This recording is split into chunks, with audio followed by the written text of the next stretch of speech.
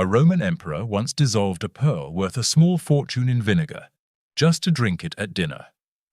Meanwhile, most people in Rome had no kitchen at home and ate standing up at street counters. The gap between those two meals captures, in its own way, the full distance between two entirely different Romes. To understand how Romans ate, you first need to understand where most of them actually lived. Rome, at its peak, was a city of over 1 million people, a number no other Western city would reach again for more than 1,000 years. The vast majority of those people were crammed into insulae, multi-story apartment buildings, with no running water and no kitchens. Fire was a constant threat in those structures, so cooking indoors was either forbidden outright or simply too dangerous to risk. That single architectural reality shaped the entire food culture of the city in ways that still surprise people today. The streets of Rome were lined with thermopolia, small food counters built directly into the walls of buildings, with large clay vessels embedded in stone surfaces to keep food warm throughout the day. Excavations in Pompeii have uncovered dozens of them, some still containing traces of the meals that were never finished on the morning Vesuvius erupted in 79 AD. Duck, pork, fish, lentils, wine mixed with water. These were common options for anyone who had a few coins and needed something hot before heading back to work. For much of the Roman population, this was not a convenience. It was the only way to get a cooked meal. Grain, however, was the true foundation. The Roman state understood this with cold clarity and organized a massive distribution system known as the annona, which provided free or heavily subsidized grain to hundreds of thousands of citizens living in the capital. Without it, the city would have been impossible to govern. Bread was produced in large public bakeries, serious regulated operations. Archaeologists have found evidence of standardized loaves in Pompeii, some still bearing the baker's stamp pressed into the crust before baking. Olive oil and wine completed what is often called the Mediterranean triad. These three staples, grain, oil, and wine, weren't simply foods. They were the backbone of Roman agriculture, the currency of long-distance trade, and the common thread running through daily life from one end of the empire to the other. If the Thermopolium was where most Romans grabbed a quick meal, the Triclinium was where the other Rome performed one. The dining room of a wealthy Roman home was not simply a place to eat, it was a stage. Guests reclined on cushioned couches arranged in a U-shape around a central table, a posture that signaled status. You only reclined if you had time to recline. Slaves moved between them, carrying dishes in a sequence that followed a precise social logic as much as a culinary one. A formal Roman dinner, the cena, was divided into 3 stages. The gustatio came first, a selection of appetizers meant to open the appetite. Eggs, olives, salted fish, and raw vegetables with garum-based dressings were common choices. Then came the primae mensae, the main course, which could involve multiple dishes arriving in waves. Roasted meats, stewed legumes, fresh bread, more fish, sometimes whole animals prepared in ways that were meant to impress as much as to feed. The last stage, the secundae mensae, was sweeter. Honeyed wine, dried fruits, nuts, fresh cheese. Garum deserves its own mention.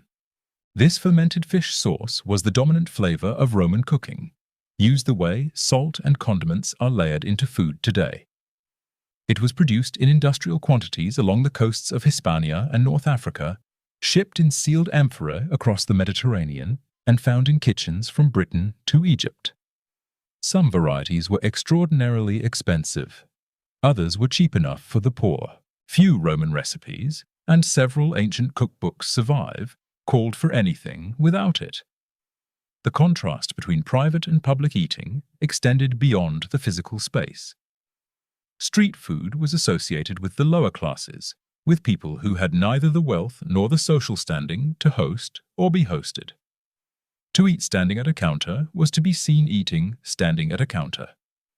Roman social life was deeply tied to the table, and where you sat, or reclined, said considerably more about you than the food itself.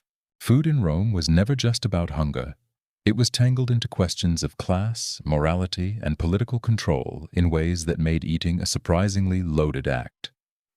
Roman writers complained endlessly about excess, about banquets that lasted through the night, about dishes designed purely to shock, about hosts who served hundreds of guests while their slaves went without. Seneca wrote about it. Pliny wrote about it. The complaints were so frequent and so consistent that they reveal something real. Romans themselves were deeply uncomfortable with what wealth was doing to the table. The Emperor Caligula reportedly served dishes coated in gold leaf, edible in the loosest sense of the word. Vitellius, who ruled for less than a year in 69 AD, became so notorious for his appetite that ancient sources describe a single dish requiring the livers of rare fish, flamingo tongues, and ingredients gathered from across the empire. Whether entirely accurate or not, these accounts were repeated and believed because they fit a pattern Romans recognized. Power, when left unchecked, expressed itself through food first. But the more telling story is in the middle. Soldiers on campaign received a precise daily ration: grain, salt, olive oil, occasional vinegar, and Roman military records show this was tracked with bureaucratic seriousness. Legions moved on their supply chains as much as on their feet. Disrupting the grain shipments from Egypt or North Africa wasn't just an economic problem, it was a direct threat to the army's ability to function. Emperors who let grain supplies falter faced riots. Those who managed them well bought a version of loyalty that no military victory could fully replace. In the provinces, food became one of the clearest signs of Romanization. Local populations gradually adopted Roman ingredients, cooking methods, and dining customs. Not always voluntarily, and not always completely. In Britain, archaeologists have found evidence of olive oil amphorae and wine vessels at sites far from any major urban center, which suggests that Roman food culture traveled with the army and stayed long after the soldiers moved on. As the Western Empire weakened through the 4th and 5th centuries, the food systems that had held Roman life together began to fracture along the same fault lines as everything else. The Annona, once a symbol of state reach and organizational discipline, became increasingly difficult to sustain as trade routes grew less secure and the administrative machinery lost its grip on distant provinces. Cities that had depended on grain shipments from North Africa found those shipments arriving late, reduced, or simply not at all. The Thermopolia didn't disappear overnight, but the urban density that made them necessary and profitable began to thin out considerably. Rome's population dropped sharply after the 5th century, and with it went the particular street food culture that had defined daily life for so many. What replaced it, slowly and unevenly, was a more rural, more localized way of eating, closer to what the land immediately around you could produce than to the vast interconnected supply chains Rome had spent centuries building. Some things survived in unexpected forms.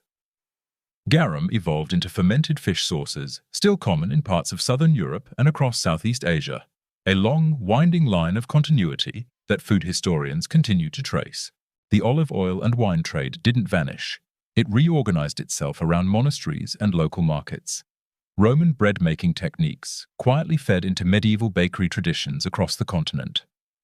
What the Roman table ultimately left behind wasn't a single dish or a defining ingredient. It was a set of assumptions about food, that it should be organized, distributed, regulated, and socially meaningful. That eating together was a form of politics.